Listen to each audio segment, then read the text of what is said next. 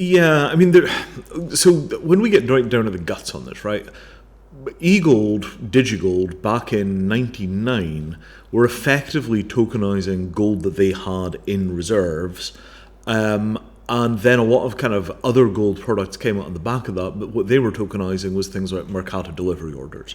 So you went from a vault, physical gold in the vault, there is your gold, to, here are a file of documents which say somebody's promised to deliver me gold. And those kinds of distinctions in the gold industry are really, really, really glossed over for decades until you get a real run on the markets, and then everybody discovers that they've got, paper.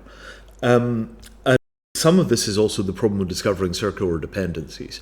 So there's a kind of running joke in gold where it's like A has a note that says they can borrow gold on an emergency basis from B, who has a note that says they can get it from C, who has a note that says they can get it from D, who has a note that says they can get it from A, and in fact nobody has any gold in that loop.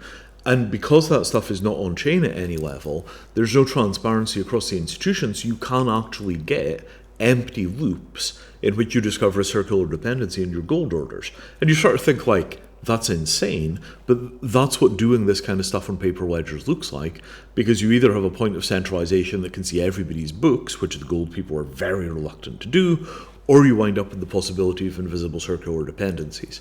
So when you do get something like Tether, I remember taking a look at the Paxos terms of service, and it's actually quite difficult and quite expensive to get your physical gold out of those guys. Several of the gold products, there is no physical redemption mechanism at all. And that is not to say they're not audited, and it's not to say the gold isn't there. It's just most of the professional gold industry does not have a mechanism for somebody turning up and asking for a bar. So all of this stuff, it is frighteningly spongy when you get into the details. The gold industry is not a clean place.